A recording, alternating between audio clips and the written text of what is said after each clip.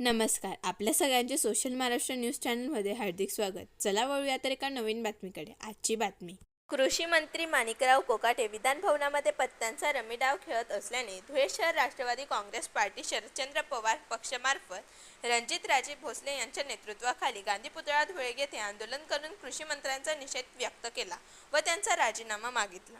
आम्ही महाराष्ट्राचे कृषी मंत्री माणिकराव कोकाटे यांचा राष्ट्रवादी काँग्रेस पार्टी शरदचंद्रजी पवार पक्षाच्या वतीने निषेध व्यक्त करून आंदोलन करतोय. माणिकराव कोकाटे हे या विधान भवनामध्ये शेतकऱ्यांवर चर्चा सुरू असताना रमी सारखा पत्त्यांचा खेळ खेळत होते.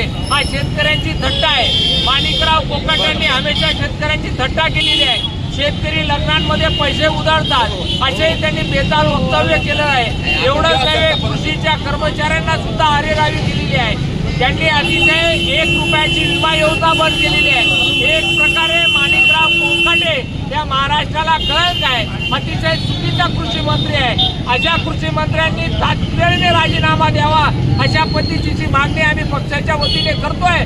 भविष्यामध्ये माणिकराव कोकाटे या जिल्ह्याच्या दौऱ्यावर आले तर त्यांचा पत्त्यांचा या ठिकाणी हार घालून त्यांचा आम्ही निषेध व्यक्त करणार आहोत. बातमी आवडल्यास चॅनलला लाईक व सबस्क्राईब करा व दररोज अशा नवनवीन बातम्या पाहण्यासाठी चॅनलला फॉलो करा. धन्यवाद.